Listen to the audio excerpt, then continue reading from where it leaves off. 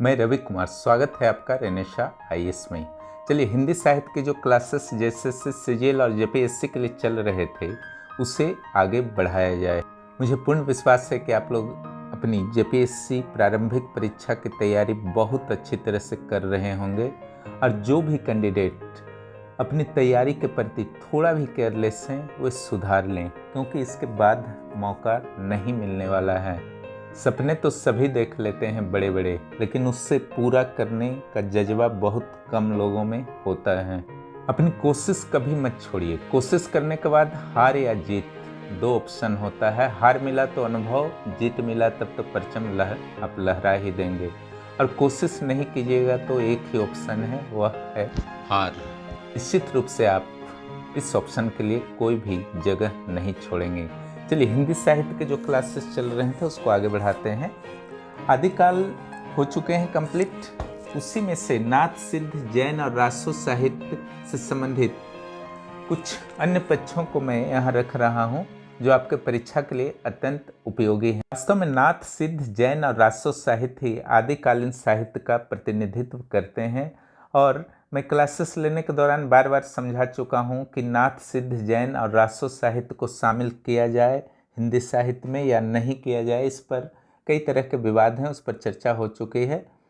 तो आज जो है नाथ सिद्ध, जैन और रासो साहित्य के प्रमुख कवियों और रचनाओं के संदर्भ में हम लोग जानेंगे, जो आपकी परीक्षा की दृष्टि से अत्यंत महत्वपूर्ण है। जेएसएससी सीजीएल के लिए विशेष रूप से और जेपीएससी के लिए भी है, लेकिन जेएसएससी सीजीएल के लिए ज़्यादा महत्वपूर्ण होने वाला है। ठीक है, जेपीएससी वाले कैंडिडेट जितना आज मैं दे रहा हूँ इतना पढ़ लीजिएगा, इतना काफ़ी रहेगा। ठीक है, चलिए क्लास को शुरू करते हैं।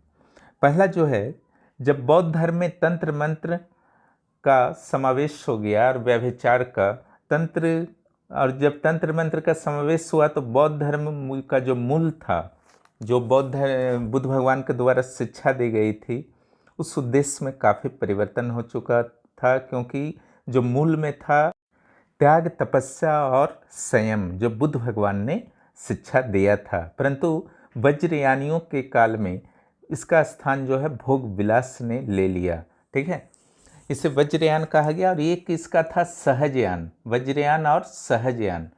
सहजयान कुछ कुछ करीब रहा बुद्ध भगवान के शिक्षाओं के करीब, ठीक है, लेकिन वज्रयान पूरी तरह से बिगड़ चुका था। इसके संदर्भ में पिछले क्लासेस के वीडियोज आप देख सकते हैं, वज्रयान के क्या क्या सिद्धांत थे। वज्रयानियों के द्वारा ही जो साहित्य की रचना की गई वो सिद्ध साहित्य कहे गए, क्योंकि वज्रयानियों को ही सिद्ध कहा जाता था। आप इसे इस रूप में समझ सकते हैं कि जो बौद्ध धर्म का स्वरूप था वो दो पार्ट में 7वीं 8वीं सदी में बट चुका था। एक वज्रयान, दूसरा सहजयान, जो कि बुद्ध के द्वारा दिए गए उपदेशों से भटक चुका था। हालांकि सहजयान जो है कुछ कम भटका था और वज्रयान जो था पूरी तरह से भटक चुका था। और वज्रयान से उत्पत्ति हुई सिद्ध साहित्य की और सहजयान से उत्पत्ति हुई नाथ साहित्य की। सिद्ध साहित्य की चर्चा करने से पहले चलिए जान लेते हैं कि जो उनके रचनाकार थे सिद्ध, उनकी संख्या कितनी थी। तो इनकी संख्या जो थी 84 थी। और सिद्धों का समय अलग अलग साहित्यों के द्वारा अलग अलग दिया गया है, लेकिन सर्वमान्य रूप से देखा जाए तो यह 797 से 1297। अगर आप राउंडिंग ऑफ में याद करना चाहते हैं तो 800 से 1300 ईस्वी तक सिद्ध साहित्य का काल रहा है, सिद्धों का काल रहा है। ठीक है, इस ढंग से इसमें जो है अपभ्रंश और हिंदी भाषा, खड़ी भाषा जो था, इस सारे जो हैं शामिल हो जाते हैं। सिद्ध अपने नाम के पीछे पा जोड़ते थे। क्या जोड़ते थे? पा। टाइटल समझ लीजिए इसको, पा, जैसे कुमार वगैरह टाइटल होता है, मिश्रा, सिंह, सोरेन वगैरह। ठीक है, तो यहाँ पा जोड़ते थे, जैसे सरहप्पा, सबरप्पा, अंत में पा इन लोगों का रहता था सिद्धों का। और इनकी भाषा जो थी अर्धमागधी थी, जो अपभ्रंश थी। ठीक है, इसे संध्या भाषा भी कहा जाता था। ठीक है, या तो अर्धमागधी अपभ्रंश कहिए या संध्या कहिए। चलिए प्रमुख सिद्ध कवियों के बारे में कुछ जानते हैं। तो पहले नंबर के जो कवि हैं वे हैं सरहप्पा। ब्राह्मण थे ये। जाति के कौन से थे? ब्राह्मण, लेकिन ब्राह्मणों के प्रबल विरोधी ये सिद्ध हुए। खुद ब्राह्मण थे लेकिन ब्राह्मणों के प्रबल विरोधी सिद्ध हुए। सरहप्पा जो हैं हिंदी के प्रथम कवि माने जाते हैं राहुल सांकृत्यायन के द्वारा। ये पिछले क्लासेस में मैं पढ़ा चुका हूँ।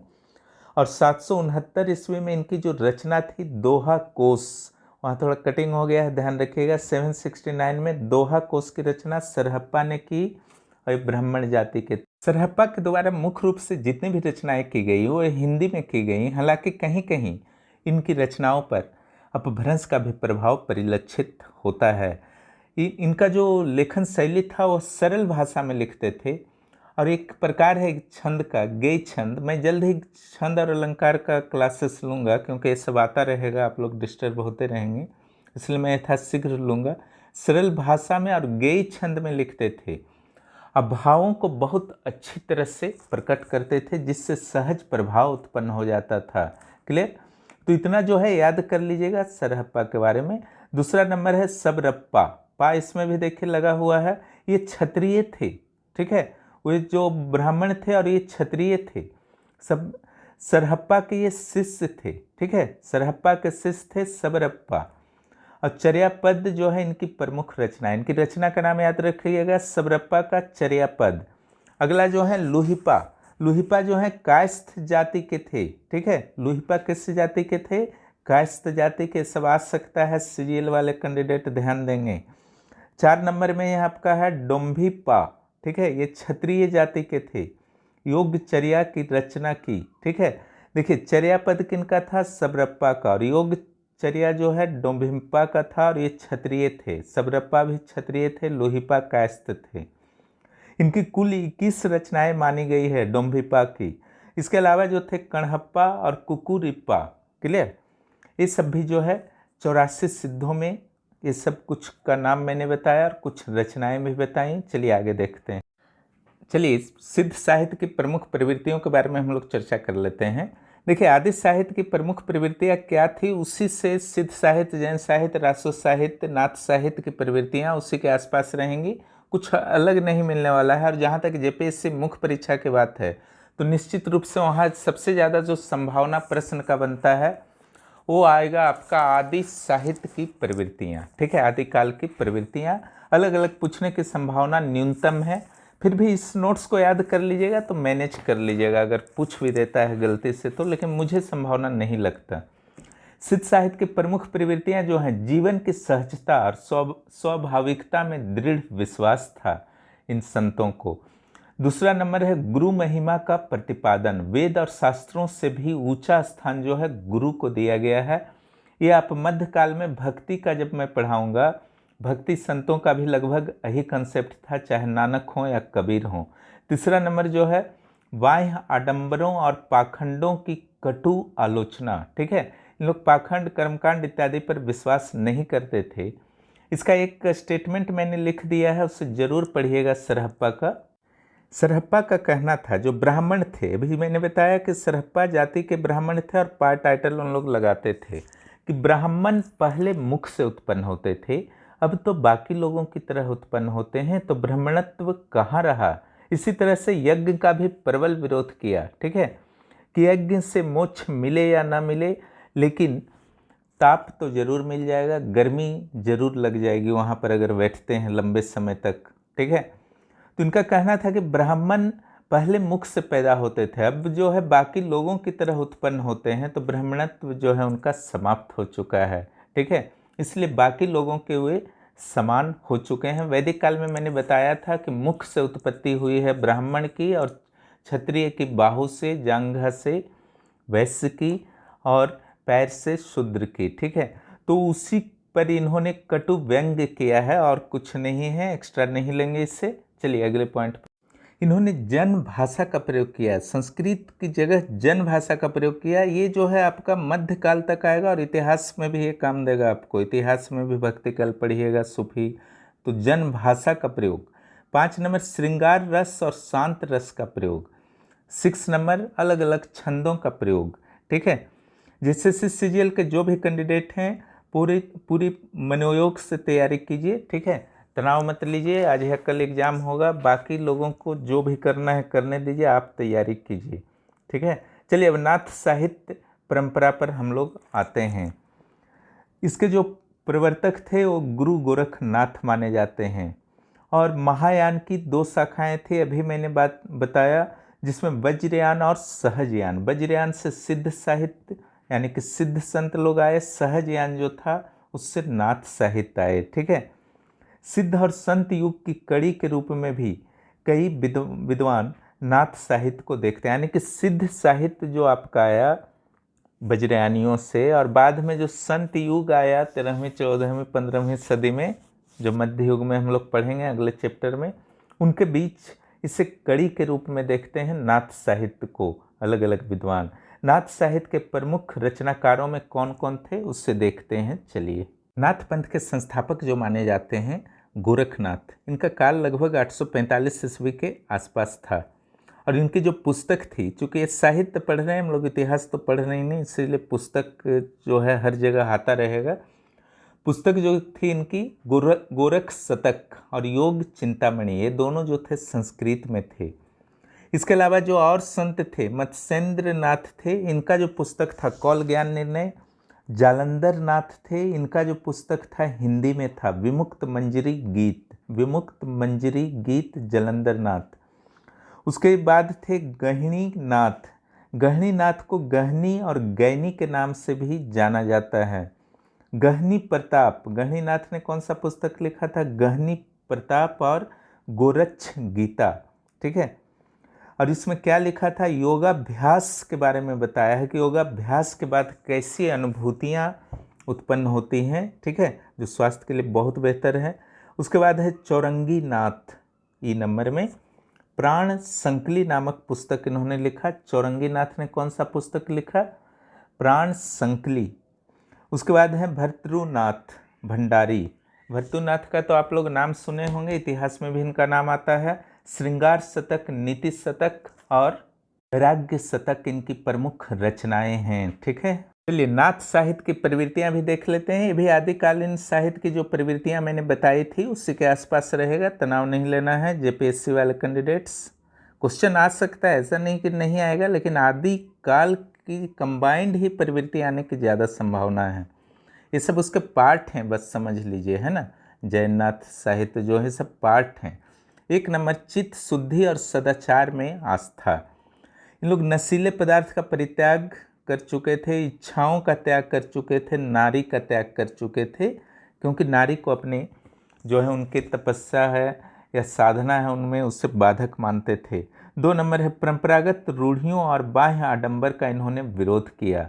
कर्मकांड जो यज्ञ वगैरह होता था इस सब का विरोध किया। 3रा नंबर है गुरु महिमा को महत्व दिया, गुरु शिष्य परंपरा को अत्यधिक महत्व दिया।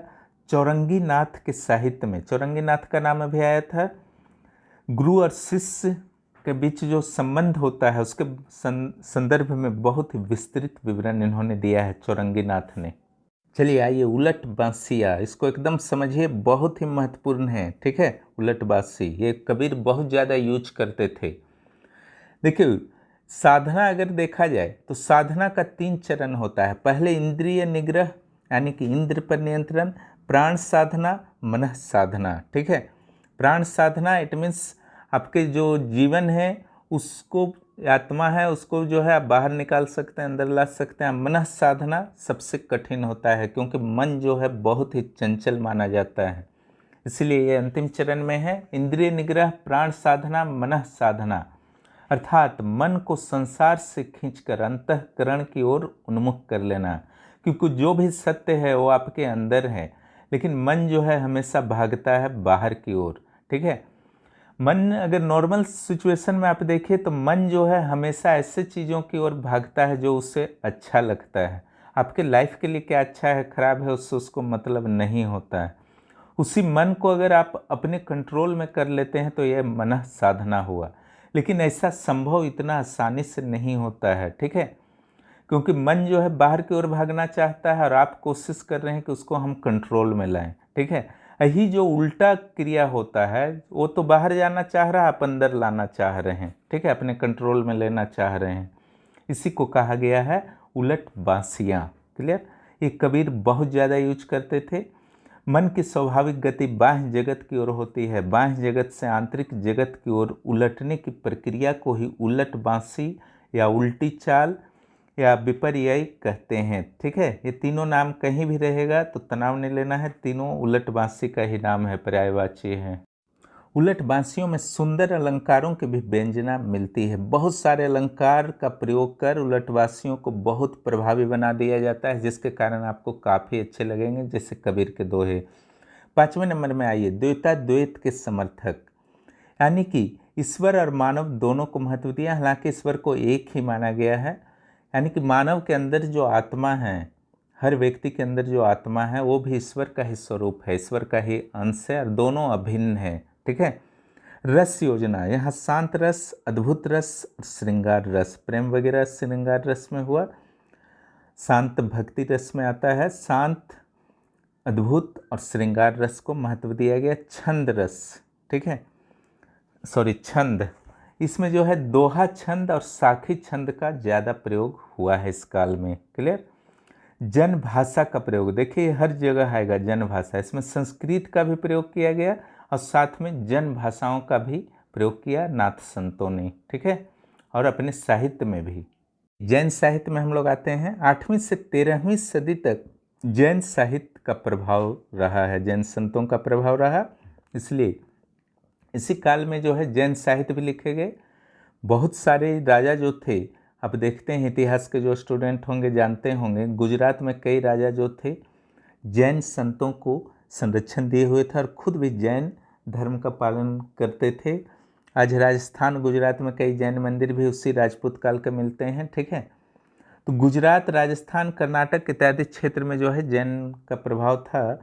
इस काल के प्रमुख अगर साहित्यों की बात की जाए तो पहला जो है श्रवकाचार्य देवसेन। ठीक है, ये पहला साहित्य माना जाता है किस अर्थ में कि ये जो था आपका पूरी तरह से प्रबंध काव्य के रूप में था। क्लियर। चलिए, भरतेश्वर बाहुबली रास शालिभद्र सूरी के द्वारा लिखा गया है। इसके अलावा चंदवाला रास, इसका राइटर नहीं मिल पाया है। स्थूलीभद्र रास जिनधर्म सूरी, स्थूलीभद्र भाग एक है। ठीक है, ये धर्मसूरी का ही है। नेमीचंद चौपई, नेमीचंद चौपई, थोड़ा सा जैन में हिस्ट्री टाइप का मिलता है नाम सब। ये 12 मासा काव्य की अनूठी कृति है। ठीक है, 12 मासा माने सारा जो 12 महीना है उसके साथ साथ जो नायक या नायिका है कि ऋतु के साथ उनका जो दर्द है, उनका जो विरह है, उसमें किस तरीके से परिवर्तन आता है, जब उसका विवरण कवि देते हैं तो वह 12 मासा काव्य के अंतर्गत आता है। और नेमीचंद चौपई जो है ये वास्तव में नेमीचंद और प्रिया नामक नायक और नायिका के विरह का विवरण जो है इसमें दिया गया है। आते हैं जैन साहित्य की प्रवृत्तियाँ। एक तो है विषय की विविधता इसमें मिलती है, जो पहले वाले में नहीं थे ज़्यादा विविधता। ठीक है, इसमें प्रेम वगैरह के बारे में भी लिखने लगा गया। 2 नंबर उपदेश मूलकता, उपदेश बहुत ज़्यादा दिया गया है। 3रा नंबर तत्कालीन स्थितियों का यथार्थ चित्रण। 4था नंबर विश्वसनीय साहित्य। 5वां नंबर शांत या निर्वेद भी बोलते हैं उसको, रस का क्लास बहुत जल्द ही लूँगा। 6 काव्य रूपों में विविधता। 7 लोक भाषा की प्रतिष्ठा, लोक भाषा देखिए हर जगह आएगा। और 8 नंबर गद्य की प्राचीनतम रचनाएं। ठीक है, गद्य पहली बार जो है, पद और गद्य समझ रहे हैं, पद काव्य रूप में, गद्य कहानी उपन्यास वगैरह रूप में। तो कविता को छोड़ा गया और पहली बार गद्य को लिखा, छोड़ा नहीं गया, कविता भी चल रहा था, पद भी चल रहा था, लेकिन गद्य का प्राचीनतम रचनाएं जो हैं जैन साहित्य में ही मिलते हैं, इम्पोर्टेंट हैं, है ना। अब आइए रासो काव्य परंपरा। ठीक है, वीरता से परिपूर्ण काव्य थे ये सारे। अब रासो शब्द की व्युत्पत्ति को आगे देख लेते हैं कैसे उत्पन्न हुआ। तो गार्सद तासी जो थे पहले इतिहासकार माने जाते हैं, फ्रांसीसी हैं, इस पहले क्लास में हो चुका है, पिछले वीडियो को आप देख सकते हैं। उन्होंने माना है कि रासो शब्द की उत्पत्ति राजसूय यज्ञ से हुई है। राजपूत लोग राजसूय यज्ञ करते थे। ठीक है, कुछ विद्वान राजस्थानी शब्द रास से रासो का संबंध स्थापित करने की बात करते हैं। उसके अलावा डॉक्टर नरोत्तम स्वामी ने क्या कहा है, रासो शब्द की उत्पत्ति राजस्थानी शब्द रासो से ही हुई है, जबकि रामचंद्र शुक्ल का कहना है रासो शब्द की उत्पत्ति रासायन से हुई है। ये सब आ सकता है एग्जाम में, है ना। कि रामचंद्र शुक्ल के अनुसार जो है रासो शब्द की उत्पत्ति निम्न में से किस शब्द से हुई है? 4 ऑप्शन रहेगा। हजारी प्रसाद द्विवेदी ने क्या कहा था कि रासो शब्द की उत्पत्ति जो है रासक से हुई है। रासो काव्य परंपरा अगर देखा जाए तो इसे 2 भागों में आप बांट सकते हैं। एक तो ऐतिहासिक रासो काव्य परंपरा यानी कि वीरता से परिपूर्ण कविताएं, दूसरा धार्मिक रास काव्य परंपरा। रास माने प्रेम के अर्थ में भी लिया जाता है, जैसे कृष्ण राधा का रास, ठीक है, उस अर्थ में भी कई विद्वान लेते हैं। धार्मिक रास काव्य परंपरा में जैन कवियों के साहित्य को शामिल किया गया, ठीक है। जो इस काल के जैन कवि थे उनके ही शामिल कर लिए गए। गणपति चंद्र गुप्त ने मुनि शालिभद्र द्वारा रचित भरतेश्वर बाहुबली रास को हिंदी का प्रथम रास काव्य निर्धारित किया है। गणपति चंद्र गुप्त ने। अगर आता है प्रश्न कि हिंदी का पहला रास काव्य कौन है, तो ये होगा भरतेश्वर बाहुबली रास। इस काल की कुछ अन्य पुस्तकों को 3 नंबर में देख लीजिए। इससे मैं पहले भी पढ़ा चुका हूँ, आप लोग याद कर ही लिए होंगे। विसल देव रासो, नरपति नाल्य। पृथ्वीराज रासो बहुत प्रसिद्ध है, चंद्रवरदायी। परमाल रासो, जगनिक। बुद्धि रासो, जलहण, कलहण नहीं है, जलहण है, ध्यान रखिएगा। विजयपाल रासो, नल सिंह। हमीर रासो, सारंगधर। खुमाण रासो, दलपति विजय। और पृथ्वीराज रासो को हिंदी का प्रथम महाकाव्य माना गया है कई विद्वानों के द्वारा। प्रश्न आता है कि हिंदी का प्रथम महाकाव्य कौन है, तो उत्तर होगा पृथ्वीराज रासो ही, चंद्रवरदायी का। रासो साहित्य की प्रवृत्तियाँ, ठीक है। ऐतिहासिकता का भाव जो शुरू में मैंने लिखाया था वही सब आएगा। युद्ध वर्णन में सजीवता, ठीक है, मसीजीवी अस्सीजीवी वगैरह लिख दीजिएगा, चारण भाट लोग का। प्रामाणिकता में संदेह, ठीक है, इसको भी मैं अच्छी तरह से समझा चुका हूँ पहले दूसरे वीडियो में। वीर और श्रृंगार रस की प्रधानता, क्लियर, वीर और श्रृंगार रस दोनों की प्रधानता। इसके अलावा जो बहुत ही चर्चित था इस काल में, आश्रयदाताओं की प्रशंसा, ठीक है, जैसे विद्यापति ने क्या लिखा था, कृतिलता, कृति पताका। 6 नंबर में संकुचित राष्ट्रीयता, कृति सिंह के अंडर में वो थे, है ना, विद्यापति, इसलिए लिखे थे कृतिलता और कृति पताका। उसके बाद संकुचित राष्ट्रीयता, सोच जो है कुछ क्षेत्रों तक सीमित थी। 7 नंबर में कल्पना की प्रचुरता, हद से ज़्यादा कल्पना करते देते थे। जिस काल में पृथ्वीराज नहीं थे उन राजाओं को भी पृथ्वीराज जो है हरा दिए। 8 नंबर विविध छंदों का प्रयोग, डिंगल पिंगल भाषा का प्रयोग, अलंकारों का स्वाभाविक प्रयोग। ये सब अच्छी तरह समझा चुका हूँ, पिछले वीडियो को आप लोग देख लीजिए। अब आइए आदिकाल के कुछ प्रतिनिधि कवियों के बारे में जान लीजिए। तो पहले जो प्रतिनिधि कवि में शामिल होंगे गोरखनाथ, 845 के आसपास इनका एज माना है राहुल सांकृत्यायन ने। इन्हें नाथ साहित्य के सृजनकर्ता के रूप में माना जाता है और मत्स्येंद्र नाथ के शिष्य थे, लेकिन उनका भी विरोध इन्होंने किया, क्योंकि मत्स्येंद्र नाथ का थोड़ा सा झुकाव जो था वो था आपका सिद्ध संत की ओर था, यानी कि वज्रयानियों की ओर। और वज्रयानियों के जो भी, यानी कि आप समझ सकते हैं कि भोग विलास की जो उनकी प्रवृत्ति थी वे पसंद नहीं करते थे गोरखनाथ। उन्होंने शुद्ध रूप प्रदान किया नाथपंथियों को। और इसी परंपरा के आज जो हैं उत्तर प्रदेश के मुख्यमंत्री आदित्यनाथ योगी गोरखनाथ के परंपरा के ही हैं। हालांकि इसके संस्थापक अगर आते हैं तो मत्स्येंद्र नाथ ही होंगे। गोरखनाथ के 14 ज्ञात रचनाएं हैं और ये 14 को जब आप कलेक्शन कर दीजिएगा तो उसका नाम दिया गया है पीताम्बर दत्त बड़थवाल के द्वारा गोरखवाणी। किन्होंने नाम दिया है? पीताम्बर दत्त बड़थवाल ने।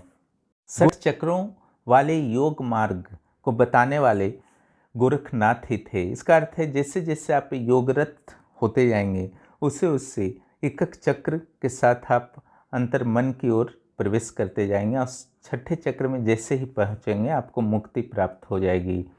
गोरखनाथ का प्रभाव जो था परिवर्तित संतों पर भी पड़ा, और यह न सिर्फ विषय वस्तु की दृष्टि से पड़ा बल्कि भाषा शैली और छंद योजना को भी इन्होंने काफ़ी प्रभावित किया परिवर्तित संतों के लेखन में। दूसरे नंबर जो आपके हैं, दूसरे नंबर पर चंद्रवरदायी हिंदी का प्रथम काव्य माना जाता है।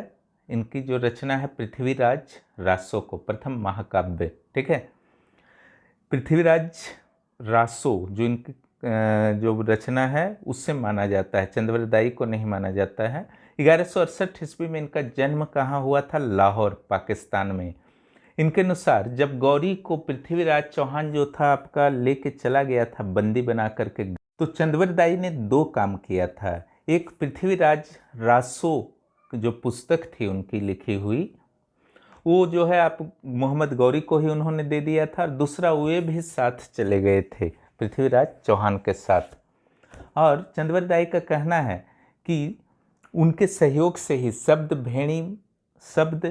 भेनी बाण चलाकर पृथ्वीराज चौहान के द्वारा मोहम्मद गौरी की हत्या कर दी गई थी। ठीक है, वे सही तो नहीं है ऐतिहासिक दृष्टि से, लेकिन पृथ्वीराज रासो के अनुसार यह सही है। ठीक है, तो ये सारा जो है आपका कहानी इसमें लिखा गया है। ठीक है, और उसके बाद उन दोनों ने क्या किया, पृथ्वीराज ने और चंद्रवरदाई ने, चंद भी कहा जाता था, दोनों ने आत्मघात कर लिया एक कटार से। ठीक है, यानी कि पहले गौरी को मारा गया, फिर दोनों ने आत्महत्या एक तरह से कर ली कटार के माध्यम से। हालांकि इस कहानी को सही नहीं माना जाता है। ये रामचंद्र शुक्ल के कुछ विचार को देखते हैं।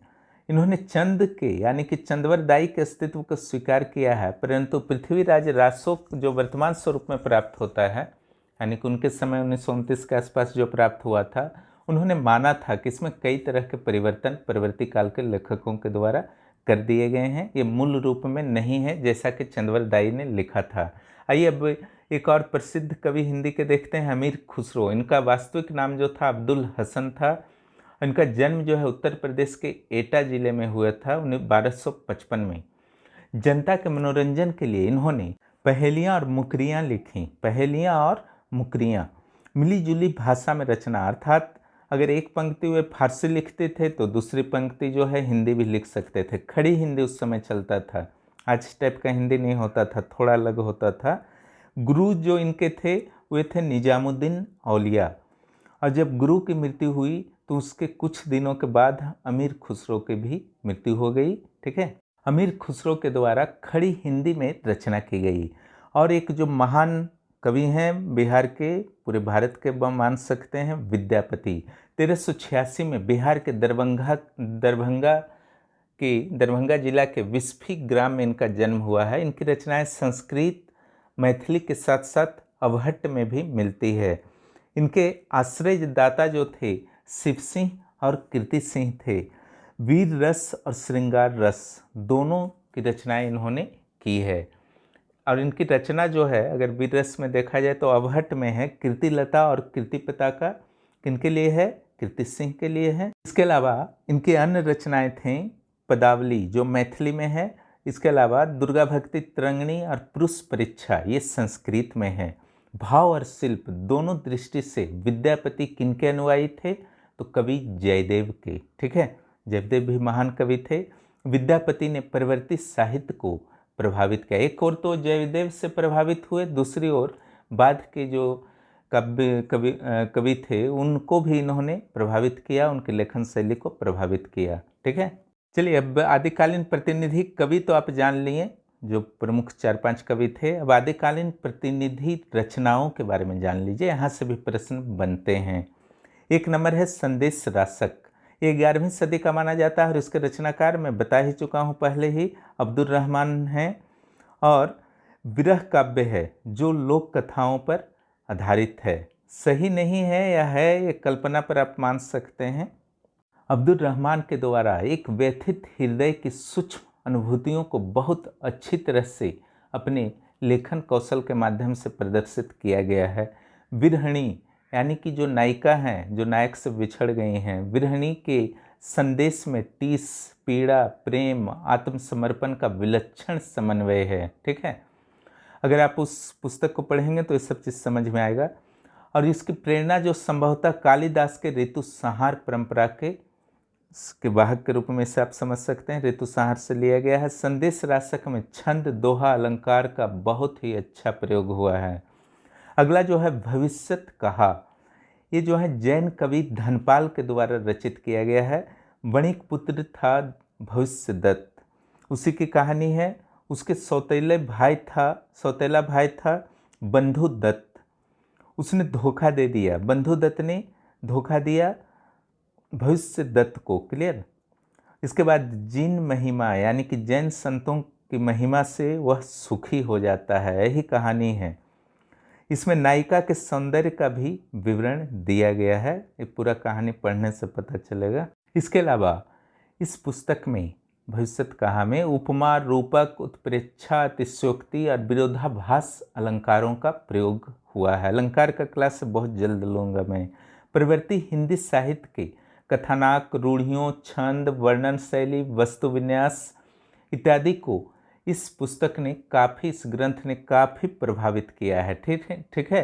क्या क्या प्रभावित किया है? कथानक, रूढ़ि, छंद, वर्णन शैली, वस्तु विन्यास।